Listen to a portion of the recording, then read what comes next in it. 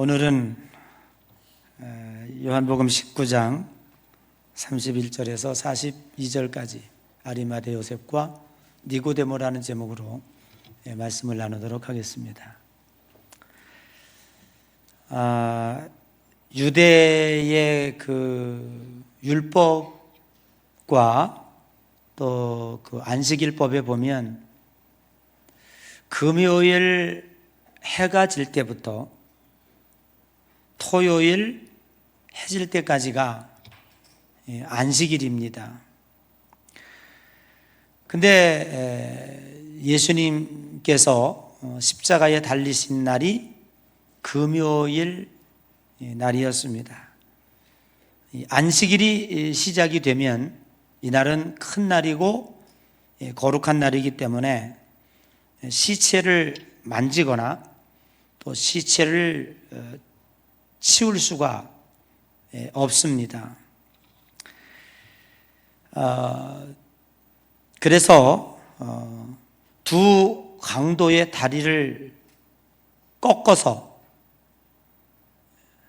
살았나 죽었나를 살펴보고, 예수님은 이미 운명을 하셨기 때문에 다리를 꺾을 필요가 없었습니다.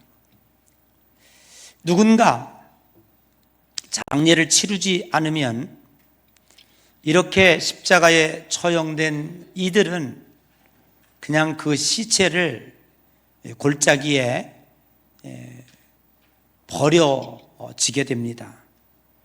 이때에 아리마대 요셉이라고 하는 사람이 빌라도에게 가서 내가 예수님을 장사 지낼 테니 그 시체를 나에게 넘겨주십시오 라고 청을 넣습니다. 그리고 그 밤에 니고데모라고 하는 사람이 모략과 침향 섞은 것을 한 100리트라쯤 가지고 와서 예수님 몸에 바르고 세마포에 싸서 예수님의 장례를 모시게 되었습니다. 지금 제가 소개한 이 내용이 오늘 31절에서 42절까지 있는 내용입니다.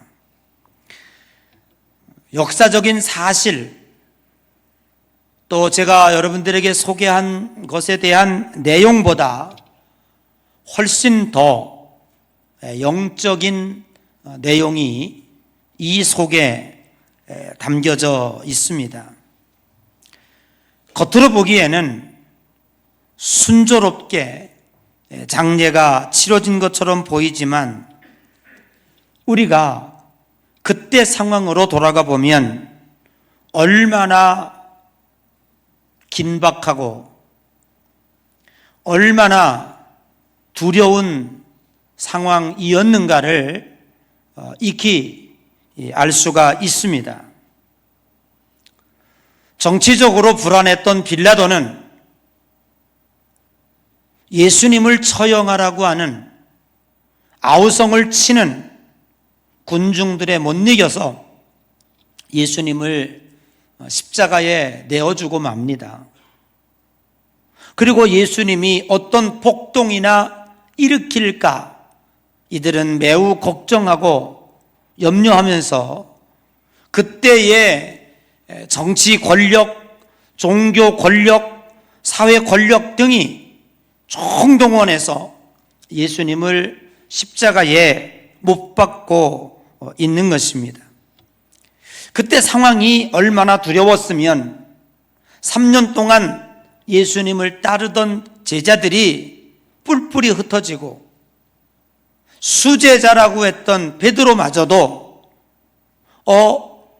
이 아저씨 예수님 따르던 사람이네 라고 한 어린아이의 그 말조차도 나는 예수를 모른다고 3번씩이나 부인한 것을 보아서 그때 당시에 예수님이 십자가에 달리셨다고 하는 것은 매우 정치적으로 누구도 나설 수 없는, 누구도 예수님 곁에 가까이 있을 수 없는 두려운 상황이었다고 하는 것입니다.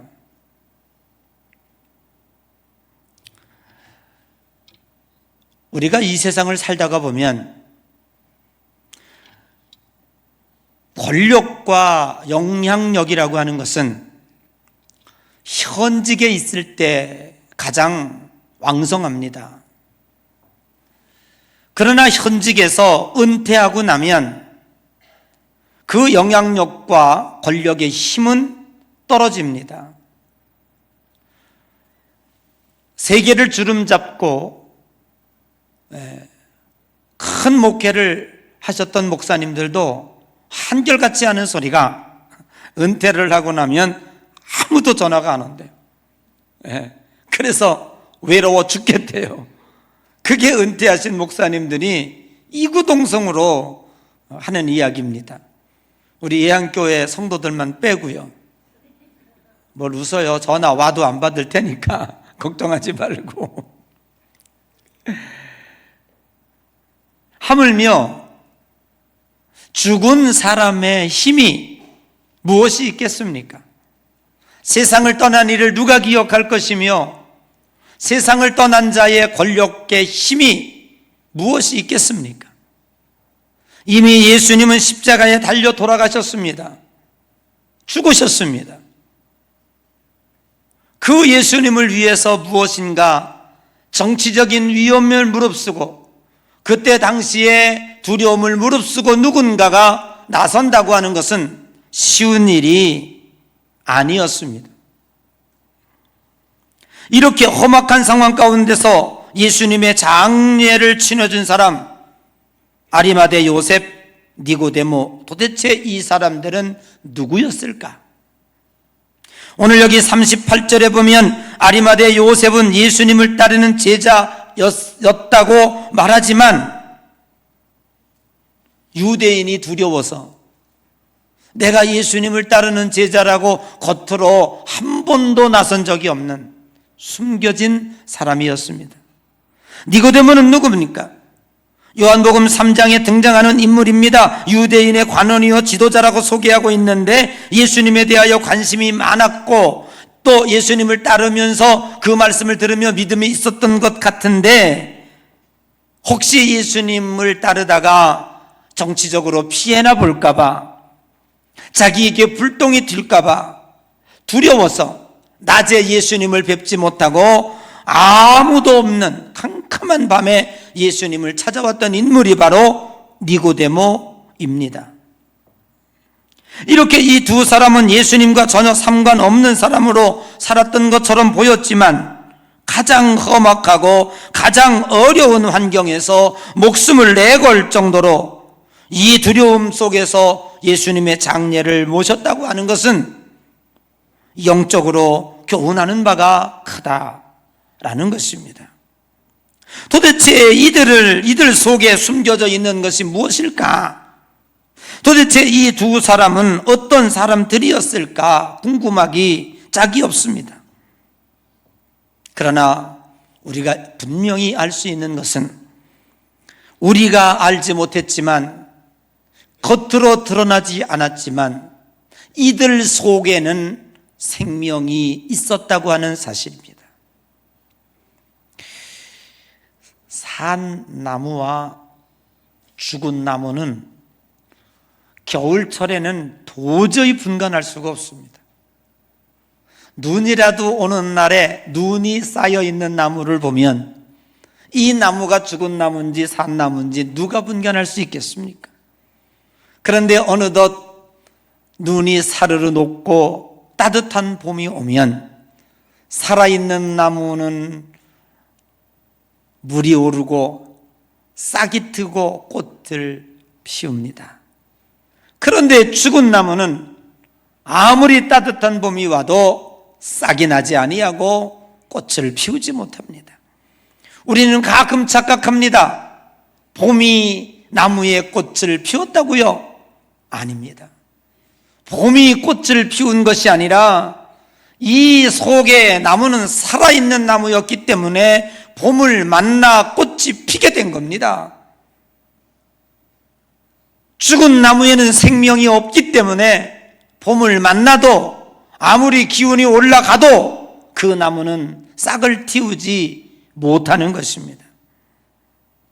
적용해 보면 신자의 구원이 회개하고 믿었기 때문에 이루어지는 것인가? 이미 그 속에 생명이 있었기 때문에 회개할 수 있었고 예수님을 영접할 수 있었고 예수님을 믿는다라고 말할 수 있었을까? 틀림없이 후자입니다. 그 속에 예수 생명이 들어가 있었기 때문에 그는 회개가 나온 것입니다. 예수 생명이 그 속에 들어가 있었기 때문에 예수님을 영접할 수 있었고 그는 하나님 앞으로 나올 수 있는 것입니다. 우리는 이것을 가리켜서 grace, 은혜라고 말하는 것입니다.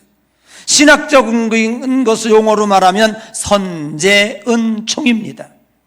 우리는 가끔 이 은혜와 회개가 동시에 일어나고 있기 때문에 착각하는 거예요. 그런데 엄밀하게 영적인 현역용어로 들여다보면 하나님의 은혜가 먼저 임하고 회개가 터지지 회개가 터졌기 때문에 은혜가 온 게 아니라는 사실이에요. 주님이 먼저 우리 속에 찾아오셔서 내 속에 생명의 씨앗을 뿌린 거예요. 제가 지난주에 분명히 말씀을 드렸습니다. 씨 뿌리는 비유가 있는데 그 씨는 똑같아요. 어디에 떨어지느냐에 따라 30배, 60배, 100배의 결실을 맺기도 하고 말라 비틀어지기도 하고 자라나지 못하기도 하는 거예요. 씨의 싸움이 아닌 거예요. 밭의 싸움인 거예요. 우리는 그 밭이 어떠냐에 따라서 중요한 겁니다. 그런데 그 밭은 뭐의 싸움이라고 그랬습니까? 다 잊으셨죠? 흙의 싸움이라고요? 어제 제가 이 말씀을 이제 어떤 목사님하고 토론하는데 내가 흙을 얘기했더니 그 목사님이 잘난 척하고 흙은 생명이야 그래요. 진짜 생명이야? 그랬더니 진짜 생명이래. 그러면 나하고 저기 아프리카 사막 한번 가보자. 과연 생명인가? 여러분, 우리는 왜 달나라에 가서 화성에 가서 흙을 채취하고 왜 거기에서 흙이 있는가 없는가 그걸 따지는 게 아니에요. 거기 물이 있었나 없었나를 따지죠.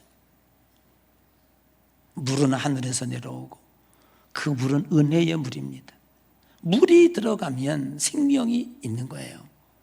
그걸 우리는 은혜라고 이야기합니다. 사랑하는 성도 여러분, 우리는 한 걸음 더 나아가서 우리들의 신앙과 오늘 이 사건을 접목해 보면서 생각해 보십시다. 여러분 혹시 그런 고민 늘 하고 살지 않습니까? 내가 과연 신자인가? 아닌가? 여러분 보세요. 우리는 가끔 그런 고민은 해요. 내가 과연 신자인가? 아유, 나 같은 게 무슨 신자야. 나는 지옥 갈 거야. 이게 하늘과 땅, 어떤 때는 예수 잘 믿고 교회 잘 나오고 헌금 잘하고 전도 잘하고 봉사 잘하고 순종할 때는 신자 같아. 그런데 어떤 때 죄 짓고 그냥 세상에 뭉쳐 살 때 보면은 자기가 자기를 돌아봐도 신자 같은 삶이 아니야. 아이고, 나 같은 게 무슨 신자야. 이렇게 자기를 안신자로 추락을 시켜버리고 마는 거예요. 이거를 누가 장난을 치냐면 사탄이 장난을 치고 있는 거예요. 이게 과연 성령이 없는, 너 신자야? 너 안 신자야? 누가 판단해요?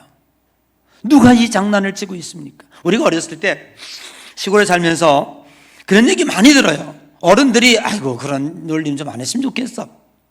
야, 너 인마 너네 아버지가 저 다리 밑에서 주워왔어? 아니에요. 우리 아버지가 우리 엄마가 나 낳았어요. 쓸데없는 소리 말어. 그런데 이게요, 처음에는 그러는데 자꾸 그런단 말이야. 볼 때마다 너 다리 밑에서 주워온 자식인데 인마 이래요. 그런데요, 얘가요 가끔 충격에 빠집니다. 우리 엄마 아버지가 잘 해줄 때는요 진짜 우리 아버지 엄마 같은데, 어떤 때는요 공부 못한다고 야단치고 회초리질하고 막 컴퓨터도 못하게 하고 텔레비도 못 보게 하고 막 그럴 때는요 심각해지는 거예요. 진짜 나는 주워온 자식이구나. 여러분, 이 어렸을 때 얘가 이제 철이 들어서 그것이 아니라고 할 때는 괜찮아요. 그런데 철이 들 때까지 얘는요 천당과 지옥을 꿈속에서도 나타날 정도로 이 두려움과 공포에 붙잡히는 거예요. 진짜 나 다리 밑에서 주워왔나?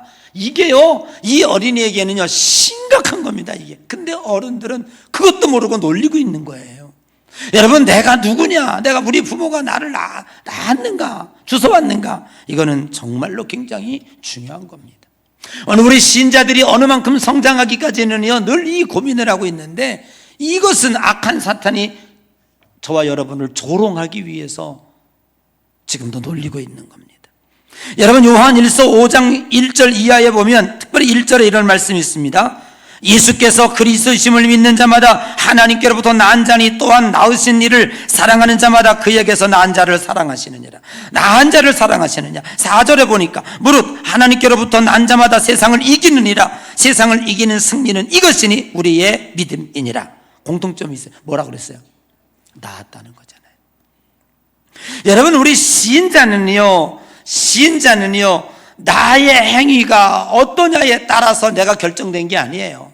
하나님이 나를 낳았다는 거예요. 우리의 구원은 무엇과 비유할 수 있냐면 출생과 비유할 수 있는 거예요. 그러면 출생이라고 하는 이 단어 속에 숨겨져 있는 것은, 내가 이 세상에 태어났다고 하는 것은 내가 어머니 아버지를 선택할 권리가 없었고, 내가 부잣집과 가난한 집에 태어날 권리가 없었고, 내가 전라도에 태어나고 경상도에 태어날 권리가 내게 없었다는 거예요. 그냥 낳고 보니까 거기였죠.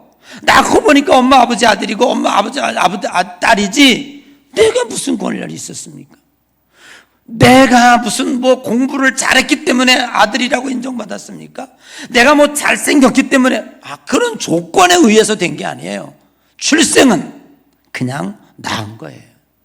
낳아짐으로 자녀가 된 것이지, 그 출생한 것이지 내게 어떤 조건이 부여되지 않는다고 하는 것이죠. 여러분, 나의 신자됨의 자격을 따지는 것이 하나님의 은혜에 얼마나 방해가 되는지 아십니까? 이것을 따지다가 우리는 놓치는 것이 있어요. 신자냐 안 신자냐, 신자냐 안 신자냐, 하늘이냐 땅이냐 천국이냐 지옥이냐, 맨날 이 노름하다가 결국 우리는 어떻게 됐습니까? 마귀에게 조롱당하고, 야, 내가 봐도 너 하나님 자녀 아닌 것 같아. 그것이 우리에게 주는 실망감은 얼마나 큽니까? 에라 모르겠다, 기왕 베린 몸 세상으로 나가자. 하나님 앞으로 나오질 않아요. 그리고 마음대로 세상에 마음껏 삽니다.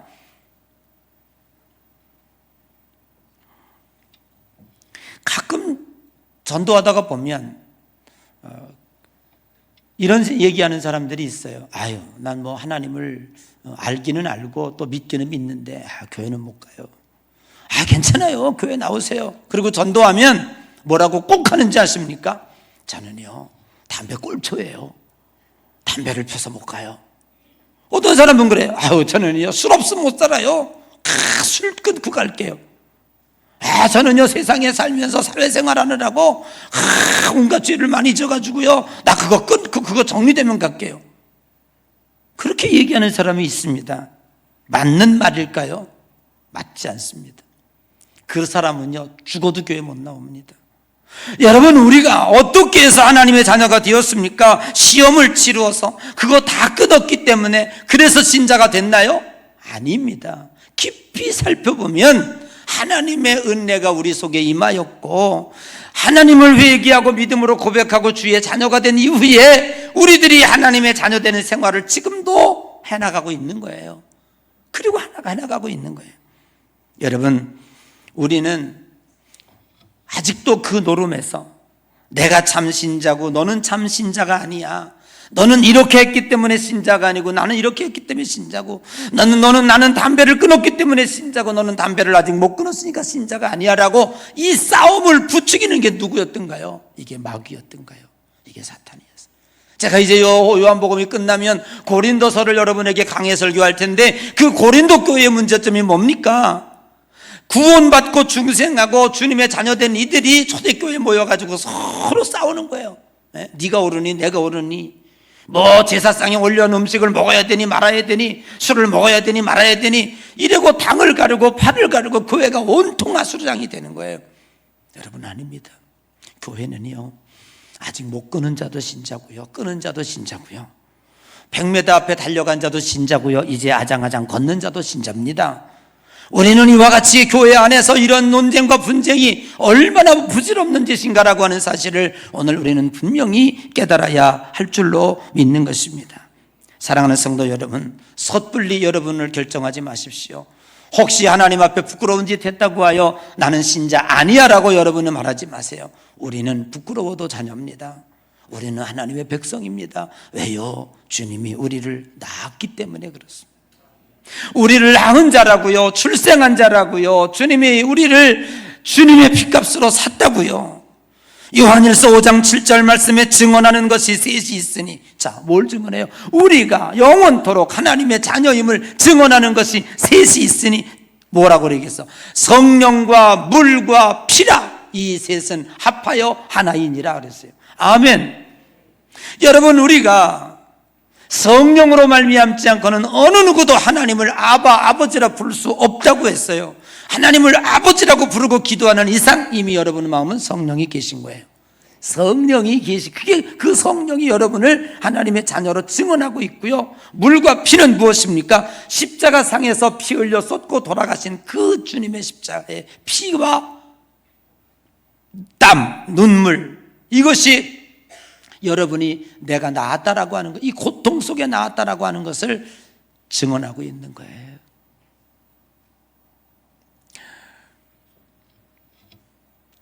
어느 한 아이가 아주 못된 아이가 하나 있었다고 그러잖아요. 그래서 선교사가 그 아이를 데리고 고아원에 가서 기르는데 너무너무 못된 거예요. 이 도대체 뭐 야단쳐도 안 되고 어쩌다 못된 짓만 하는 거예요.